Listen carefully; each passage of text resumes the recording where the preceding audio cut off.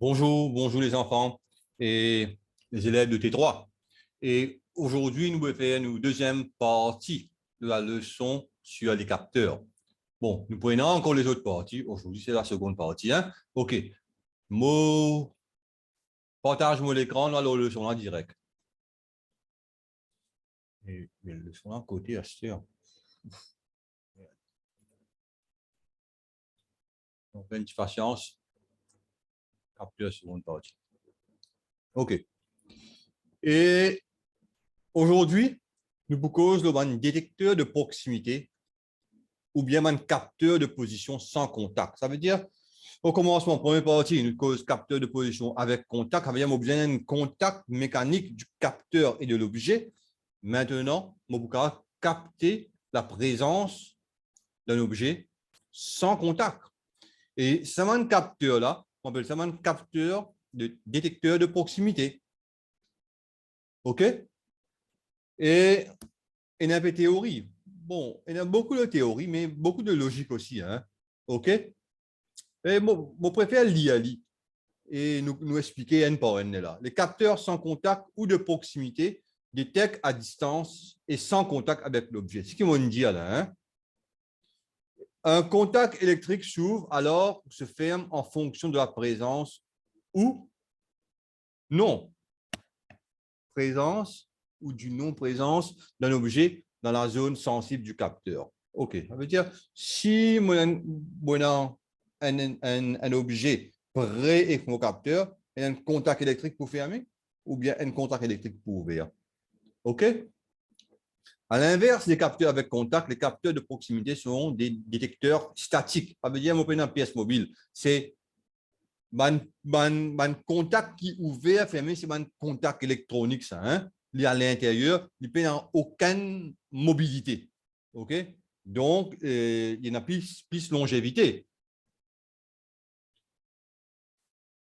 Ils ont aussi une très bonne tenue à l'environnement industriel. On est sur un détecteur là, je t'encastré dans la résine. Dans la résine, mais si je t'encastré dans la résine, mais la pluie, le soleil, etc., pas pour affecter les autres, ça quantité là.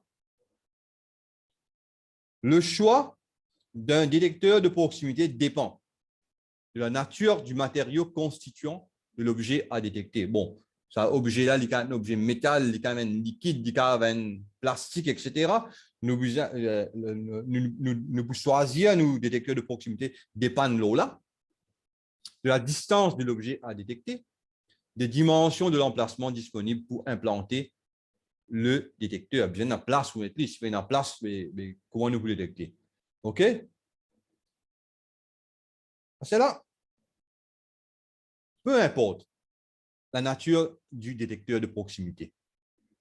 Le signal, toujours un signal tout ou rien.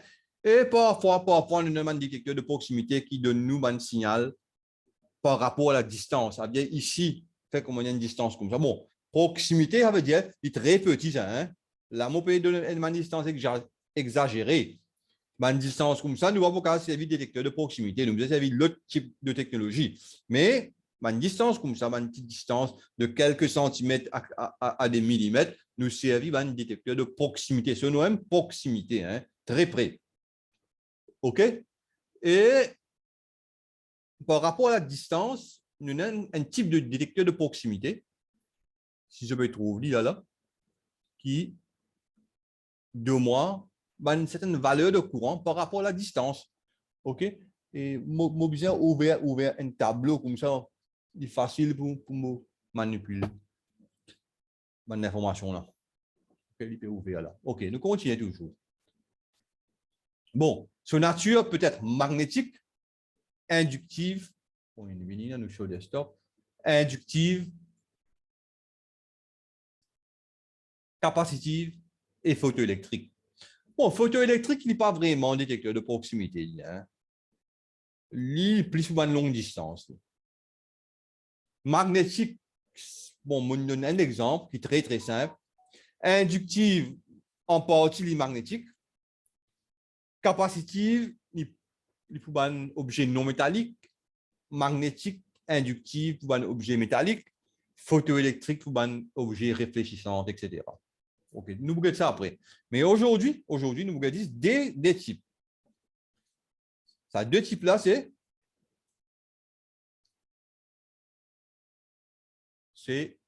magnétique et photoélectrique. Et détecteur de proximité magnétique. Bon, on appelle ça en anglais reed switch. Reed switch. Il y a un peu comme ça. C'est un fil bien souple qui, quand on approche un aimant d'une certaine façon, il est fermé. Et quand on éloigne mon aimant, il est ouvert. Okay? Par exemple, là, on a un mode de commande. Là. Moi, approche parallèle, nord-sud, il est fermé. Et ici, quand nord avec lui, il est ouvert. Quand il est parallèle, il est fermé. Ça veut dire qu'on a nord et sud, il est fermé. Et sur technologie bien simple. OK? Un exemple industriel, ça, c'est par exemple ça, c'est une marque, ça, c'est le Duc. Il est en forme d'ampoule. Et il peut détecter 5 millimètres à 3 millitesla. OK? Ça veut dire, si mon distance 5 mm, il peut détecter, plus qu'il ne savent pas détecter, et mon besoin un minimum de 3 millitesla comme champ magnétique. OK? Il demande une résistance, courant max 0,5 ampères et temps de réaction, comme les temps, il peut fermer, etc. Mon a un autre là, il y a un peu plus, il peut détecter 10 mm à 5 millitesla, sur courant max 3 ampères, etc. Mais tout dépend de quelle application nous pouvons bien servir ça. Dans le road, nous détecteurs de proximité magnétique, nous read switch dans le catalogue. Mais nous ne pouvons pas connecter directement. Hein? Rappel dans nos théories de techno, n'importe qui contact qui est ouvert, il fait de l'arc électrique. D'accord, moi? Tu es obligé d'accord parce que nous aimons bien faire la techno, n'importe qui contact qui est ouvert, il fait un arc électrique. Principe physique simple, ça. Loi de Lenz, etc. Et ici aussi, quand le contact là est ouvert, il peut faire un arc électrique. Un contact mécanique fait un arc électrique. Et il est là, il faut besoin un moyen pour circuler le courant de l'arc électrique. Et moi, il y a un circuit de protection, condensateur, résistance variable, diode, capacitance, résistance encore. Plus non, ça c'est une bobine de commande. Hein? OK? Voilà, ça c'est un circuit de protection. Et c'est tout ce qui m'a expliqué là. Hein? On peut en plus ce que ça peut expliquer là. Il est tellement simple. Nous, on dirait que là, nous, détecteur de proximité inductif. OK? Une minute, vous fatiguer. Bon. Lui, ce rôle, détecter un objet métallique. Imagine bien, détecteur de proximité inductif. Ce rôle, c'est quoi? Détecter un objet métallique. Et comment il fait ça? Il fait ça, bon, il y a une théorie, etc. Hein? Il fait ça par un principe, en français, principe à courant de Foucault, ou bien eddy current en anglais. Courant de Foucault, c'est quoi ça? Courant de Foucault, quand on a une variation en champ magnétique. Champ magnétique peut varier. Un conducteur dans sa champ magnétique là, ça veut dire qu'on peut une variation de champ magnétique l'homoconducteur comme une variation d'un champ magnétique l'homoconducteur, on peut un courant dans le conducteur qui m'appelle un courant induit. Un courant induit. Et parfois, par exemple, je n'ai pas besoin de courant de mon carcasse, de mon comment on appelle ça, noyau de fer qui soit là. Et ça, c'est un courant qui est indésirable et là-dedans, un courant là pour circuler dans un noyau de fer qui soit là. Et nous appelons ça un courant de Foucault. Ça un courant de Foucault. Et nous faisons la première année ça. Et Et ici, il servait ce principe-là. Il servait ce principe-là pour construire un détecteur inductif de proximité inductif. Bon, qui nous est non? Qui nous est non? Nous avons un oscillateur, la cible métallique, c'est un mot target, c'est un mot cible métallique.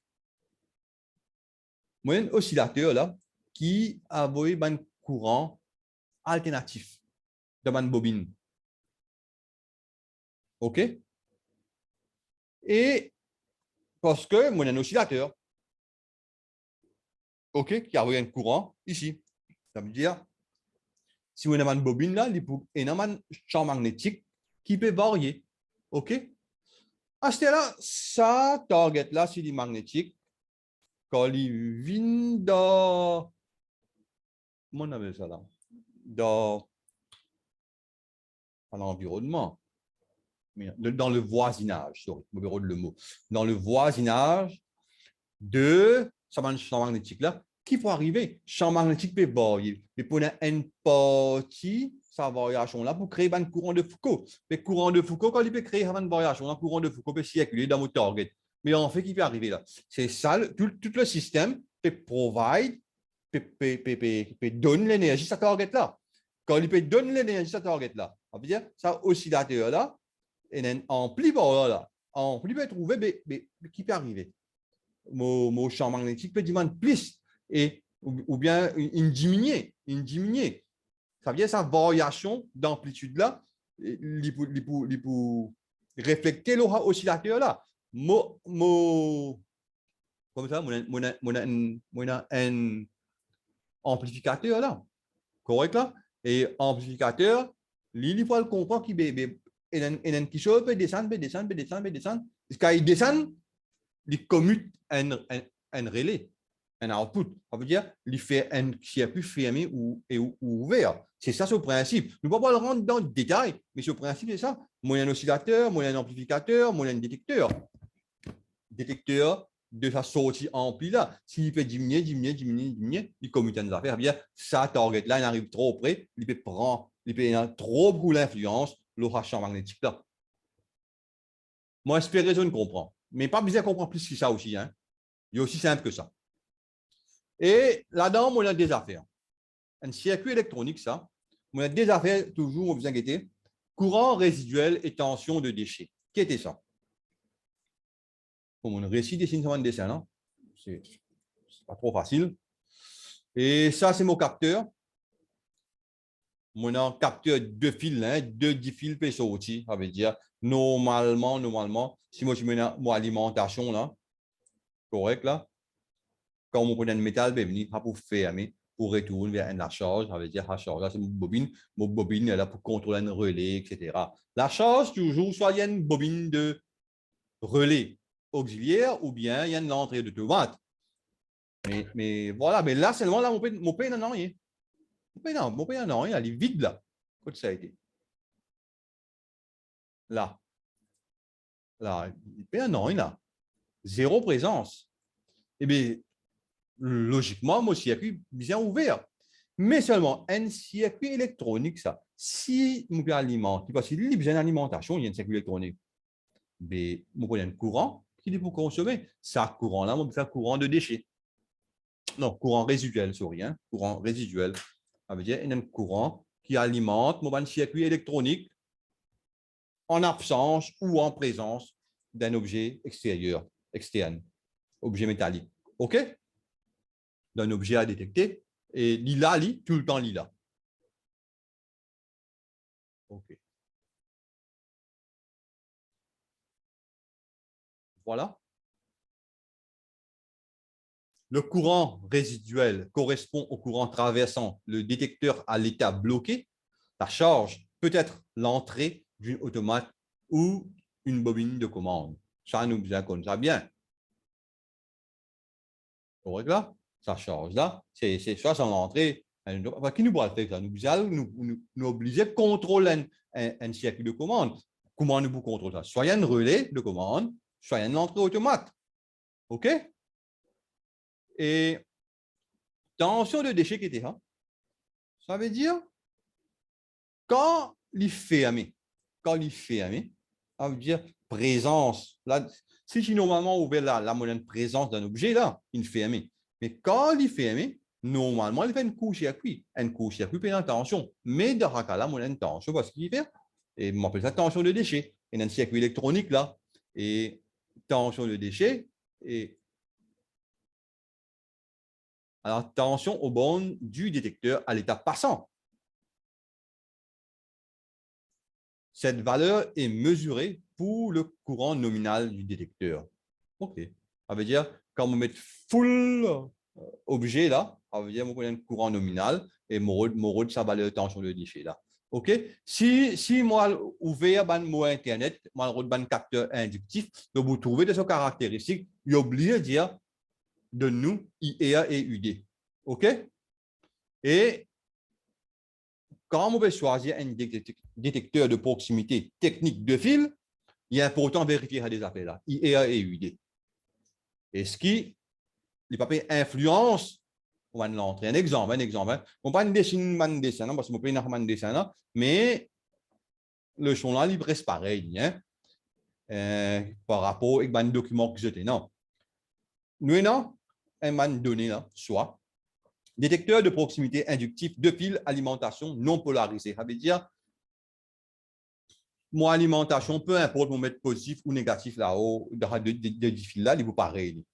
Courant résiduel, état ouvert, ça veut dire qu'en état ouvert, il y a moins 0,6 mA, OK? Et tension de déchet, état fermé, 5,2 volts. Ça veut dire mon tension de déchet, 5,2 volts. OK, état fermé. À ce là, moi, on va connecter avec un automate. Normalement, c'était un automate oublié. Peut-être c'était un automate Siemens. Et un module d'entrée de Siemens, oublié sur enfin, on va pas sur un numéro de série, voilà, mais c'était un truc de Siemens. Et là-dedans, il y a nous une caractéristique, il y a nous signal à l'état 1, 4,5 mA sous 24 volts. Ça nous inquiéter. Si ça courant résiduel là, c'est plus que 4,5 mA. Ça veut dire l'air vous connecter, vous faire la connexion entre mon détecteur de proximité et mon automate, mais quand pas pour un pour un courant là. Mais si ça courant là, qui moins qui ça là, qui plus qui ça, mais il n'est pas compatible. Là par contre, courant là, il est compatible parce que le courant résiduel est moins que le courant à l'état 1. Ce qui m'a fait faire, je comprends là. Ah merde.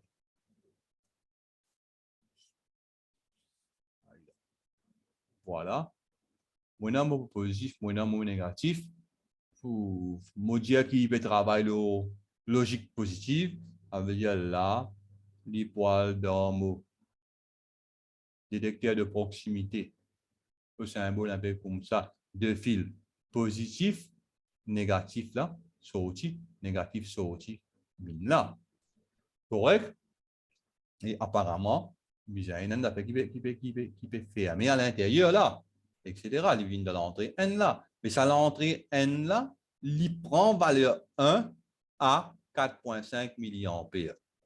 Et ça là, tout le temps, il y a un courant de 0,6 mA qui peut envoyer, même si c'est un objet, si c'est un objet, qui peut envoyer, même si c'est un objet. Mais alors, si ça 0,6 là, c'est plus grand que 4,5, mais il faut un problème, il n'est pas compatible là. Ça qui me peut faire je te comprends. OK, Manzen? Allez, nous continuons. Alimentation et raccordement de fils. De fils, allez là, ce photo là, fil brun, marron, fil bleu. Correct là? Et il y en a plusieurs types non polarisés, polarisés, etc. Bon, nous guettons. Et ça veut dire si on a un détecteur de proximité, deux fils non polarisés, mais il est capable de brancher sans respecter la polarité. Ça veut dire, peu importe on mettre positif là, ou bien 0 volts là, peu importe on mettre 24 volts ou 0 volts, et la charge, je peux connecter dans bleu,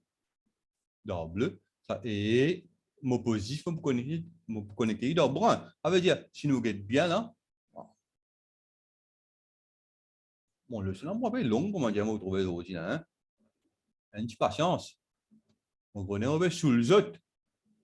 On veut dire positif, négatif. On peut assurer que ça, c'est un détecteur de proximité de fil. Et ça vous vient là, une positif, ça négatif, ça vous fait un affaire fermé là, un négatif là, et ça vous rentre là. Bon, bien sûr, il y a en logique positive ça, hein? En logique positive. Ça, l'entrée là, c'est ça la charge là. Ça dit fil bleu, ça dit fil rouge. Une partie pour marron, non. OK? Partie pour marron, nous connectons avec 24 volts. Bleu là, nous connectons avec nous l'entrée automate et nous sortons l'entrée bobine automate à l'intérieur, il finit connecté avec négatif. Bon, fini explique ça l'autre fois là, dans la leçon logique positive, logique négative. La cause sans motiver à ça. Hein? Et moi, dans ça, deux fils non polarisés, dit comme ça. Nous pas besoin de rentrer dans ce détail exactement comment ils fonctionnent, qui va un transistor peut commuter, diode Zener, comment peut fonctionner, etc. Ça, c'est un diode Zener, ça, hein? Et ça qui était ça, nous pas besoin de connaître ça là. OK? Nous besoin de connaître comment ils travaillent comme un utilisateur, pas comme un concepteur. Deux fils non polarisés, là, montre-moi, c'est positif côté, négatif côté, et mobiliser, deux fils polarisés, mobiliser, respecter la polarité. Bon, il y a l'autre qualité, mon un diode en plus là, mon pays dans l'affaire là, et mon oublié tiens ça là, pas fait non rien, mon pays dans ça truc là, ça circuit électronique ici là, mon pays dans et mobiliser, respecter ça. Bon, il y a la charge, peut-être l'entrée d'une automate ou une bobine d'un relais de commande. Correct? Nous continuons. Nous avons un détecteur de proximité qui est alimenté par AC, par 24 volts AC, 48 volts AC, etc. 12 volts AC. On le met comme ça. Et il est toujours brun, BU. Et ça aussi, il est polarisé. De fils non polarisés. Il n'est pas respecté la couleur des fils. Correct là? Ça veut dire, ça aussi, vous a corrigé là. Si vous avez un problème là, là, c'est non polarisé. Non polarisé. Dans mon document. Et deux fils, AC, deux fils. Il pas dire non polarisé, pas polarisé, mais non polarisé. AC deux fils, c'est tout. AC, c'est la polarité. Correct? Peut-être branché sans respecter la couleur des fils. OK. Et de trouver la descendante est toujours, quand il y a un descendant, vient un détecteur de proximité. Et là, maintenant, AC, DC, là-haut. AC, DC, on veut dire soit AC, soit DC, polarisé. Il polarisé, il n'est pas polarisé aussi. AC, DC, deux fils et non polarisé. Sorry, mon oublié. Bon, heureusement, moi, je fais, il y a mon partagé. Ça veut dire là aussi, AC, DC, deux fils. Nous payons dans ça, nous payons dans ça. Peut-être branché sans respecter la couleur des fils et les polarités. OK? Et principe de fonctionnement, simple. Hein? Lorsque la pièce à détecter perturbe le champ émis par le détecteur. Ça veut dire, ça m'a un champ qui nous cause là. Qui était ça? Et ça champ là. Lorsque la pièce à détecter perturbe ce champ là.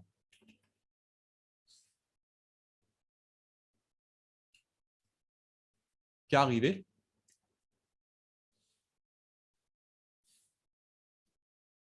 Le transistor se sature.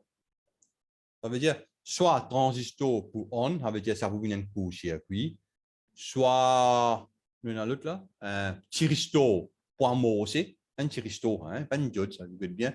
Voilà, un truc qui me fait Un troisième, une petite affaire là, un thyristor, on a une langue de firing angle, langue de, voilà, langue de tir, langue de gâchette, etc.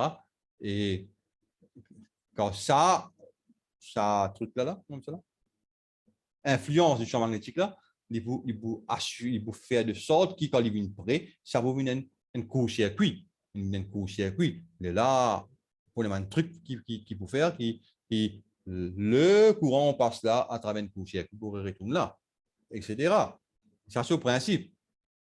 Ça veut dire transistor saturé, thyristor est amorcé et commande la charge.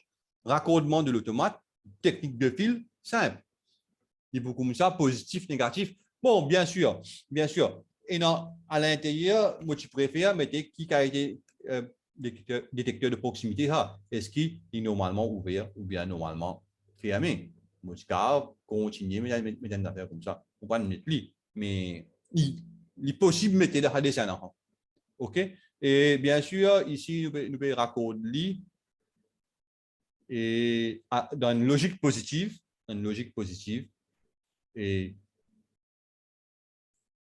voilà, il y a 0 volt, une connecté avec tout, une bobine sur commun, et 24 volts, une connecté avec mon positif, et là, il retourne là.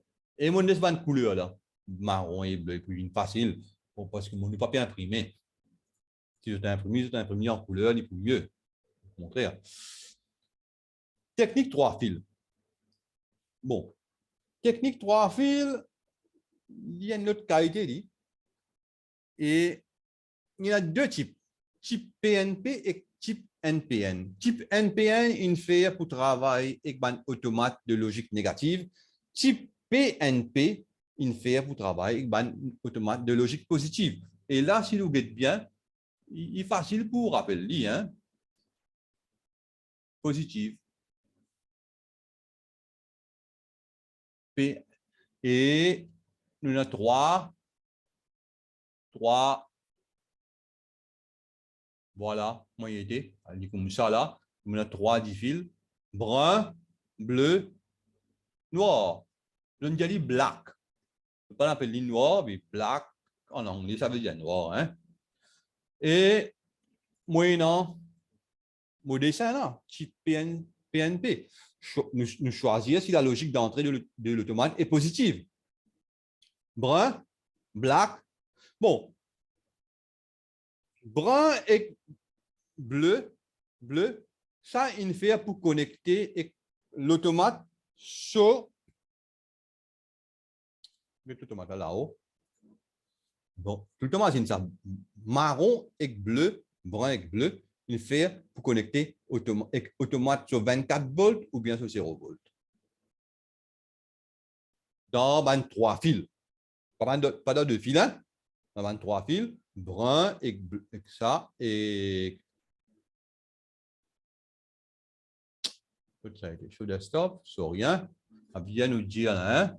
Brun et bleu, il fait pour connecter avec automate sur 0 volts ou 24 volts. Dépend qui type de détecteur nous peut servir. S, nous avons S, les black, c'est sorti. Correct? S, c'est black, c'est sorti. Et nous retournons là. Qui fait, ah, voilà. Un taxe, vous me ratez là, hein? On va investir un peu là. Allez.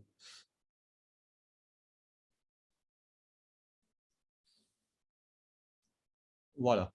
Lorsque la pièce a détecté perturbe le champ émis en permanence par le détecteur de proximité, même affaire, le transistor se sature et le signal est transmis à la charge.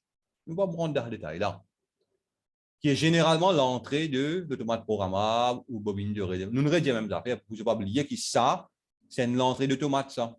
OK? Bon, raccordement à l'automate type PNP. Regarde bien, hein? Type PNP, ça c'est la charge, ça vient de l'entrée. Ça c'est l'entrée. Ça c'est bleu. Ça veut dire si ça m'a sorti là. Allez, ça m'a sorti. Si maintenant vous mettez ça dans la deuxième l'entrée là, vous prenez ça. Vous prenez ça. Vous connectez dans l'achat de deuxième l'entrée. Mais ça, ce outil-là, il est connecté à les communs de Hakala, là, les communs, qui fait les communs. Ah, non, mais bon, enfin, non, rien. Bon, on a l'autre appel qui fait une descente. Qui fait les communs parce que ça d'ici là, il connecté avec 0 volt. Ça veut dire, ça, c'est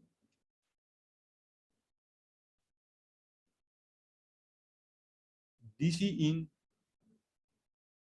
Tout ça, bobine là, il connecté avec DC in, il connecté bobine, il connecté avec 0 volt à travers là, à travers DC in. Parce que moi, mon connecté dit pas ça. Tout ça, bout noir là, moi, mon connecté dit extérieurement, mon fait du travail en logique positive. Ça automate là. OK? Nous, là, on revient là. Voilà. Ça automate là. Alors, nous disons pour nous comprendre. Ça veut dire positif, random brun, type PNP, marron, je le suis marron même, random positif, sorti dans S, à connecter dans l'entrée automate, et le courant retourné par 0 volt dans le négatif. Bon, bien sûr, on oublié mettre ses affaires ouvertes. Est-ce qu'il y a un contact ouvert, c'est un contact fermé à l'intérieur. Mais il est comme ça. Et ça, c'est un automate qui déjà, non, qui est connecté en logique positive. Ça, c'est un automate qui est déjà connecté en logique positive. Ça veut dire, moi, pas besoin de faire la connexion là, moi. Je connais qui est à l'intérieur, d'après les spécifications de l'automate, télémécanique, SCR1, etc. Et à l'intérieur, ça va une bobine là, une connectée négative là. Ça veut dire, marron rentre dans positif, S rentre dans l'entrée, sorti, retourner, alors négatif. OK. Moi, j'espère dire clair. Dire clair comment nous raccorde un détecteur de proximité type PNP sur l'automate. Ah, c'est là type NPN. C'est le contraire. Le contraire. C'est mon besoin. Sortir reste pareil. Sortir dans la charge. Et là, il retourne dans mon bobine de l'automate, il retourne. Il parle dans mon rail commun. Et il a. Sorti. Il vient là. Il passe là. Il passe dans mon l'achat, il retourne par mon rail commun, il retourne par ici, il retourne par là, il retourne par un truc là. Positif là. Et parce que, qui fait? Parce que moi qui fais en négatif, en logique négative. Correct là? Et il retourne par là, retourne là. Et ça veut dire, courant là, il peut connecter aussi, parce que ça a un coup 0 volt. 0 volt. OK? Et voilà comment on raccorde un automate du type NPN. Vous êtes bien, vous en prenez et je bien comprendre la logique. Je ne peux pas bien comprendre, je retourne vers moi ou bien n'importe qui professeur. Hein? OK? Et voilà, ça veut dire ça, c'est détecteur de type PNP et NPN de proximité technique 3 fils. Bon, puisque moi, oublié mettre ça d'affaires ouvert, fermé là-haut, là, je vais mettre en bas. Hein. Ça veut dire, voilà. Ça, c'est PNP. Ça, c'est NPN. Mais pas une différence. Hein. Pas une différence entre NPN. Non, non.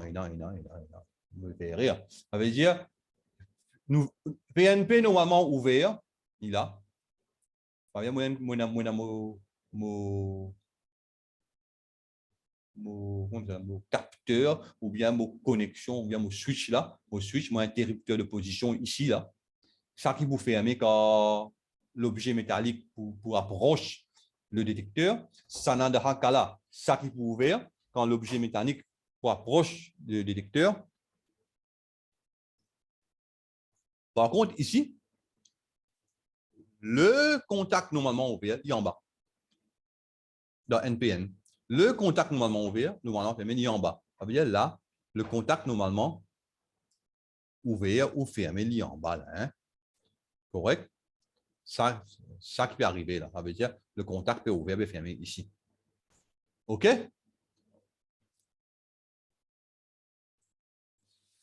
Et moyennant un détecteur inductif, 4 fils. 4 fils.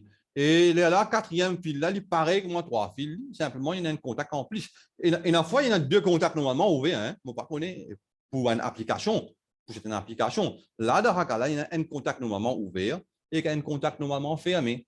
Et ce couleur, on va trouver un dessin, une photo. Mais ce couleur, bon, ce qui me comprend, les blancs, mais on ne va pas dessiner blanc, le blanc, comment on trouve? On dessine gris.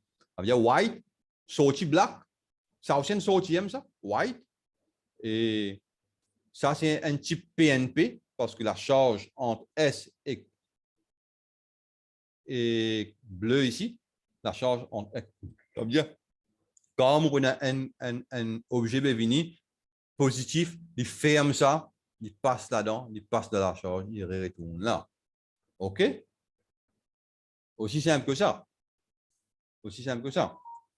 Bon, à ce là, moyennant une limitation. Par exemple, ici, je suis capable de mettre ça en alarme. Ça veut dire, quand on a un objet qui est dangereux, peut approcher une place qu'on ne peut pas bien approcher, mais en même temps, un moteur pour couper, en même temps, une alarme pour sonner, un avertisseur pour sonner, pour faire tapage et pour faire nous connaître. Là, moi, ça fait 2 affaires là. Bon, ça m'a un capteur de proximité inductif là. Il y a en gros, majoritairement 2 problèmes. Il n'est pas capable de détecter un objet non métallique. Pour un objet non métallique, pour une distance aussi près que pour une proximité inductive, nous poussons à vivre un détecteur de proximité capacitif. Nous regardons ça demain. Et si une distance peut commencer à augmenter, ben, inductif, capacitif, pas pour qu'à servir, nous servir photoélectrique. OK? Moi, stop. Moi, arrête le partage. OK? Moi, espérer, je ne comprends. Si pas ne comprend, et ça m'a des élèves T3, ELT3 là, et bin vers moi, envoie-moi un message, fais-moi connaître, je ne comprends, et moi, je donne une explication personnelle, ou bien par téléphone, ou bien par, bon, pas par des autres vidéos, etc. OK? OK, les jeunes? Allez. Je vous dis à tous, au revoir.